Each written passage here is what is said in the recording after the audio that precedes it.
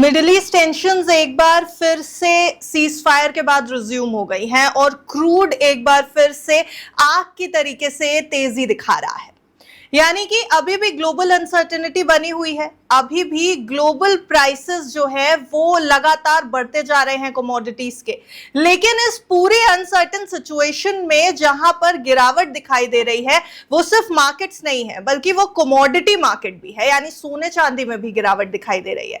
अब सोने में इस तरीके के एडवर्स सिचुएशन में जनरली तेजी आनी चाहिए थी, लेकिन यहां पर गिरावट दर्ज की गई है। अगर हम इसी हफ्ते की शुरुआत की बात करें, यानी अभी सिर्फ महज 2 दिन हुए हैं हफ्ता शुरू हुए, और सोने में लगभग 2000 रुपए की गिरावट अभी भी भारत में दिखाई दे रही है। और जब से ये युद्ध शुरू हुआ था, मिडिल ईस्ट टेंशन जब से शुरू हुई थी, अगर उस डेटा को मैं आपको बताऊं तो मार्च से लेकर के अब तक जो डेटा दिखा रहा है वो ये कि लगभग गोल्ड 10% और सिल्वर 20% टूटा हुआ है।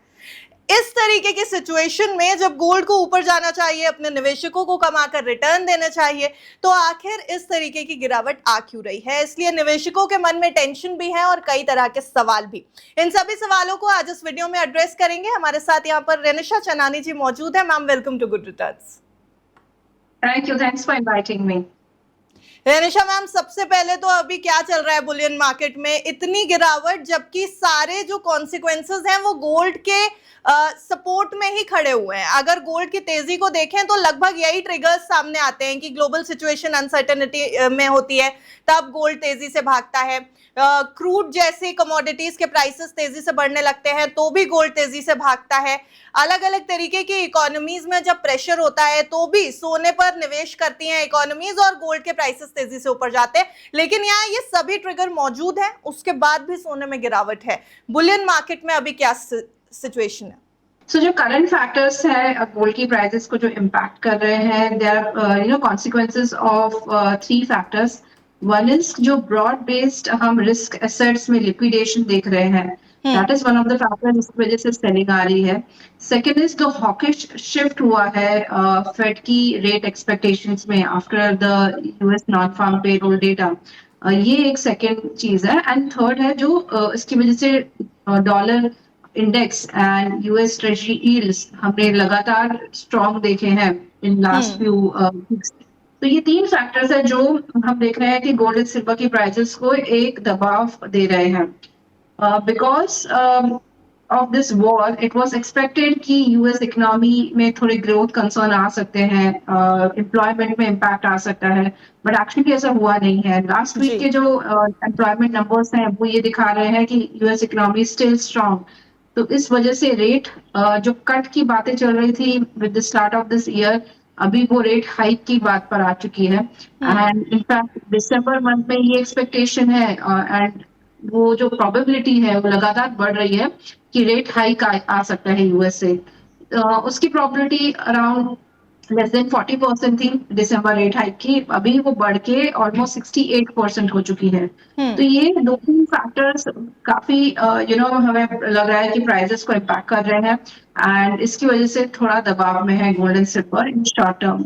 एंड बहुत ही क्रिटिकल सपोर्ट लेवल्स पे भी है। In fact $4,300 for gold and $66-67 for silver, ये काफी क्रिटिकल सपोर्ट लेवल्स हैं एज अ लॉन्ग टर्म अगर आप चार्ट्स पे देखेंगे भी। एंड ये एक 200 डे मूविंग एवरेज भी है टेक्निकली। तो मुझे लगता है प्राइसेस को यहाँ पे थोड़ा सस्टेन करना चाहिए, थोड़ा बहुत कंसोलिडेशन होगा क्योंकि सारे नेगेटिव्स ऑलरेडी डिस्काउंट हो चुके हैं प्राइसेस में। Now we need to wait कि एक पॉजिटिव ट्रिगर आए तो शॉर्ट टर्म रिकवरी देखी जा सकती है। तो यस, शॉर्ट टर्म में ये एक बॉटम फिशिंग का एक अच्छा हमें सिचुएशन भी मिली है जहाँ पे हम थोड़ा बहुत यहाँ से रिकवरी भी देख सकते हैं प्राइसेस में। ओके, कुछ रिपोर्ट्स अगर हम पढ़ें तो वहां पर गोल्ड का टारगेट 2 लाख रुपए के पास भी बताया जा रहा है कि पहुंच सकता है। और कुछ रिपोर्ट्स जो है वो थोड़ी कंजर्वेटिव है, वो ये कह रही है कि $4000 से नीचे चला जाएगा सोना अगर हम ग्लोबल लेवल्स पर देखें। कौन सी रिपोर्ट को सही माने मैम? तेजी आएगी या फिर $4000 से नीचे भी चला जा सकता है? So when we talk about gold returns, मुझे लगता है जिस तरह से गोल्ड पिछले 20-25 साल से 15% से ज्यादा का CAGR रिटर्न दिया है, and last year in fact 65% return दिया है. तो this year is going to be a consolidation phase, looking at the macro economic situation and जो वॉर लाइक सिचुएशन बनी हुई है. तो दोनों geopolitical tensions and macro economic conditions जो बन रही है उस हिसाब से ऐसा लग रहा है कि गोल्ड एक सीमित दायरे में रहेगा. जो भी dips मिलते हैं that should be used as a buying opportunity. And बहुत ज्यादा अपसाइड एंड बहुत ज्यादा डाउनसाइड मैं एक्सपेक्ट नहीं कर रही हूँ. ये $4,000 जो आप बोल रहे हैं दैट्स ए क्रिटिकल सपोर्ट. अगर यहाँ पे प्राइसेस सपोर्ट को ब्रेक करती है तो नेक्स्ट वही लेवल है जहां तक प्राइसेस जा सकती है. एंड अगर रिकवरी आती है तो मुझे लगता है we can again go to $5,500 to $6,000. तो अपसाइड में अगर बहुत अच्छे पॉजिटिव ट्रिगर्स आते रहे, ये वॉर जल्दी से खत्म हो चुका है और स्टेगफ्लेशन जैसा अगर सिनेरियो बनता है तो ये 2 लाख रुपीस पर 10 grams in India is also possible. तो वॉलिटिलिटी बहुत ज्यादा है मार्केट में, अनसर्टिनिटी मार्केट में बहुत ज्यादा है. तो बोथ लेवल्स आर पॉसिबल. पर शॉर्ट टर्म में यस, अगर हम यहाँ पे सस्टेन नहीं करते हैं तो $4,000 मुझे नियर टर्म में लग रहा है प्राइसेस टच कर सकते हैं. But that should be used as a buying opportunity for long term. Okay और अगर हम लॉन्ग टर्म के हिसाब से देख रहे हैं तो मैम 2 लाख कब तक आएगा सोना? अगर हम देखते हैं कि रेट हाइक्स स्टार्ट हो जाते हैं दिसंबर ऑनवर्ड्स, तो शायद ये लेवल आना मुश्किल है नियर टर्म में. बट अगर रेट हाइक्स नहीं आते हैं, यहीं पे पॉज रहता है, और अगर आगे चल के हम देखते हैं कि रेट कट्स भी आते हैं नेक्स्ट ईयर सपोज, तो हम देख सकते हैं कि ये 2 लाख का level by end of this year या स्टार्टिंग ऑफ नेक्स्ट ईयर ये लेवल भी आ सकता है. इस साल मुझे लग रहा है जो रेंज रहेगी इंडियन टर्म्स में वो लगभग 1,40,000 से लेके 1,80,000 की रहेगी. ये 40,000 रुपए की रेंज रहेगी. जो भी आपको डिप्स मिलते हैं, बस जैसे मैंने बताया है, आप सिस्टमैटिक परचेसेस कीजिए, लमसम परचेसेस कीजिए, what ever it is. So dips पे लॉन्ग टर्म बाइंग का सोचिए. ओके हम लोग यूएस के डेटा की बात कर ही रहे हैं. आपने भी यूएस के डेटा को एक इम्पोर्टेंट ट्रिगर बताया है. जो 5 और 6 जून को यूएस की रिपोर्ट्स आई हैं, जो जॉब्स डेटा आया है, वो कहीं ना कहीं इस बात की ओर इशारा कर रहा है कि शायद फेड रेट कट करेगा नहीं, और एक्सपेक्टेशन ये भी है कि अगर फेड रेट हाइक कर दे तो भी शायद सरप्राइज नहीं होगा. एक बार डेटा भी मैं बता देती हूँ जो 5 जून को यूएस की इकोनॉमिक डेटा को रिलीज किया गया. Non farm payrolls 1,72,000 jobs add होने की बात कही गई है, जबकि जो एक्सपेक्टेशन थी मार्केट को वो सिर्फ 85,000 जॉब एडिशन की थी. यानी एक्सपेक्टेशन से काफी ज्यादा बेहतर नंबर्स यहां पर दिखाई दे रहे हैं. उसके अलावा जो अनएम्प्लॉयमेंट का रेट है वो भी नहीं बढ़ा है, 4.3% पर स्टेबल है. अब जब इस तरीके का इकोनॉमिक डेटा सामने आता है तो कहीं ना कहीं फेड के रेट कट करने की उम्मीद कम हो जाएगी और यूएस फेड के रेट हाइक या फिर स्टेबल रेट रखने की उम्मीद अभी भी बनी हुई है. रेनिशा मैम, हम ये तो मान के चल रहे हैं कि अगर रेट हाइक नहीं होता है तो सोना किस तरफ मूव करेगा, लेकिन अगर रेट हाइक हो गया तो सोने का पैटर्न क्या होगा या सिल्वर का पैटर्न क्या होगा?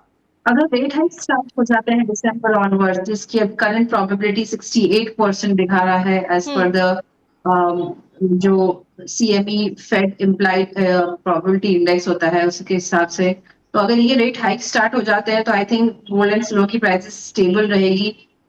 Because other uncertainties are still there in the market, other geopolitical tensions are still there in the market. तो बहुत ज्यादा गिरावट तो नहीं आएगी, बट एटलीस्ट प्राइसेस स्टेबल हो जाएगी. गोल्ड 1.5 लाख के आसपास स्टेबल हो जाएगा, सिल्वर 2.5 लाख के आसपास स्टेबल हो जाएगी. बहुत ज्यादा हम अपसाइड या डाउनसाइड नहीं देखेंगे. जो अभी करंट सिचुएशन है उसमें ऑलरेडी रेट हाइक्स डिस्काउंट हो चुकी है. तो अगर दिसंबर में रेट हाइक आती है तो ये प्राइसेस में ऑलरेडी डिस्काउंट हो चुका है. तो current levels have discounted all this things. अगर ज्यादा रेट हाइक्स आते हैं 2027 में तो हम थोड़ी बहुत गिरावट यहाँ पे 5-10 हजार रुपए की और भी देख सकते हैं प्राइसेस में. तो I think 1,40,000 is the maximum down side मुझे लग रहा है जो गोल्ड सपोर्ट ले सकता है. एंड सिल्वर में जो है 2 लाख से 2,20,000 के आसपास ये लेवल्स है जो मैक्सिमम डाउन साइड आ सकती है अगर रेट हाइक स्टार्ट हो जाए. तो गोल्ड्स को आउट परफॉर्म किया था सिल्वर ने एक समय पर, लेकिन अब जब हम गिरावट देख रहे हैं रेनिशा मैम, तो सिल्वर में 20% की गिरावट अब तक, मिडिल ईस्ट टेंशन के दौरान की मैं बात कर रही हूँ, इस दौरान 20% की गिरावट सिल्वर दिखा रहा है. यानी गिरावट में भी आउट परफॉर्म ही कर रहा है सिल्वर गोल्ड को. अभी इन्वेस्टमेंट करने के लिए क्या सिल्वर में सही समय है? See silver is a higher beta commodity and gold से उसका हमेशा 1.5x बीटा रहता है कि जितना हम्म। गोल्ड बढ़ेगा या गिरेगा उससे सिल्वर 1.5 गुना ज्यादा बढ़ेगा या गिरेगा, तो दैट इज 1.5 to 2x। तो वही हो रहा है। पिछले साल भी हमने देखा कि गोल्ड 65% बढ़ा था एंड सिल्वर ऑलमोस्ट उसका डबल 140% बढ़ा था। जी। इस साल भी हम देख रहे हैं कि गोल्ड 8 to 10% डाउन है, हम्म। तो silver is almost 20% down, so almost 2x beta रहता है। तो यस, अगर हायर वॉल्टिलिटी आप चेस करना चाहते हैं तो you should go for silver. But ideal allocation जो पोर्टफोलियो का रहता है, क्योंकि मैं हमेशा कहती हूँ कि गोल्ड सिल्वर का शॉर्ट टर्म ट्रेडिंग की तरह मत देखिए, लॉन्ग टर्म अपने इन्वेस्टमेंट पोर्टफोलियो में उसमें डालिए। तो अगर मैं कहती हूँ कि 20% आप गोल्ड एंड सिल्वर में अपना पोर्टफोलियो एलोकेशन कर सकते हैं, तो 10 से 15% उसमें गोल्ड होना चाहिए, 5 से 10% उसमें सिल्वर होना चाहिए। सो that is what the recommendation is and still I hold this thing कि भले ही प्राइजेस यहाँ पे स्टेबल है, भले ही प्राइजेस नीचे आ चुकी है, still you should have this amount of gold and silver in your portfolio, क्योंकि ये लॉन्ग टर्म एसेट्स है। शॉर्ट टर्म में मत देखिए, एटलीस्ट 3 से 5 साल का नजरिया आप रखेंगे तो आपको अच्छी गेन्स मिलेंगे। ओके।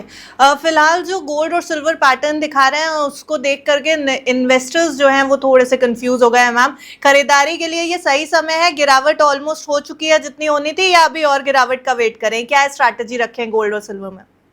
आई थिंक काफी नेगेटिव फैक्टर्स प्राइस में डिस्काउंट हो चुके हैं, तो जिसे इन्वेस्टमेंट करना है तो 50% करंट प्राइसेस पे कर सकते हैं हम्म। एंड 50% वेट कर सकते हैं कि थोड़ा नीचे अगर मिलता है यहाँ से 4 to 5% जितना, तो आप थोड़ा और नीचे इन्वेस्ट करें। तो yes, 50% today and 50% on 5% dips अगर मिलते हैं फ्रॉम करंट प्राइसेस तो।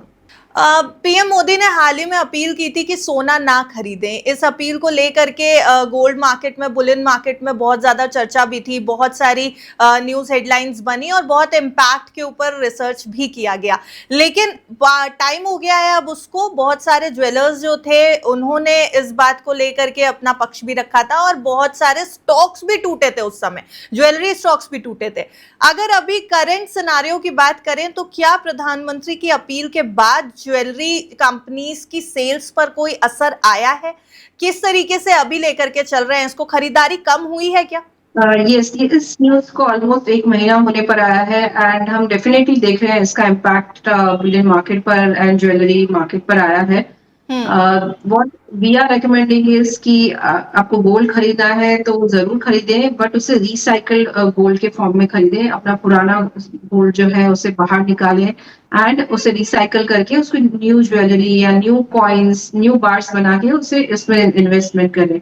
एंड अगर आप जनरल कंसेंसस देखें तो 40 to 60% यस, जो ज्वेलरी सेल्स अभी जो हो रही है it is coming from recycled gold. So that is what even we are pushing on कि पुराना गोल्ड घर से बाहर निकालिए, जो ऑलमोस्ट 35,000 टन जितना हाउस होल्ड गोल्ड इंडिया में है उसे बाहर आना चाहिए। वो अगर एटलीस्ट 1% भी वो गोल्ड बाहर आता है तो हमारे पास 350 टन जितना गोल्ड मार्केट में नया जो रिसाइकल गोल्ड आता है, तो उससे हम सेल्फ सफिशिएंट हो सकते हैं। हमारे इम्पोर्ट बिल पे इम्पैक्ट भी नहीं होगा एंड जो हमारा शौक है ज्वेलरी बनाने का, खरीदने का, गोल्ड कॉइन्स बार्स खरीदने का शुभ मौके पर, वो भी हम पूरा कर पाएंगे। तो दोनों बातें हो पाएगी। So we should be looking at recycle gold now. So this is a but high अभी टाइम। अभी क्या सेल्स पर इम्पैक्ट है Ranisha ma'am? That's what I said कि अभी जो 40 to 60% ज्वेलरी की जो सेल्स हो रही है it is coming from recycled gold and yes, 20-30% का इम्पैक्ट हुआ है। सेल्स कम हुआ है पिछले 2 महीनों में, पिछले 1 महीने में, बिकॉज ऑफ दिस।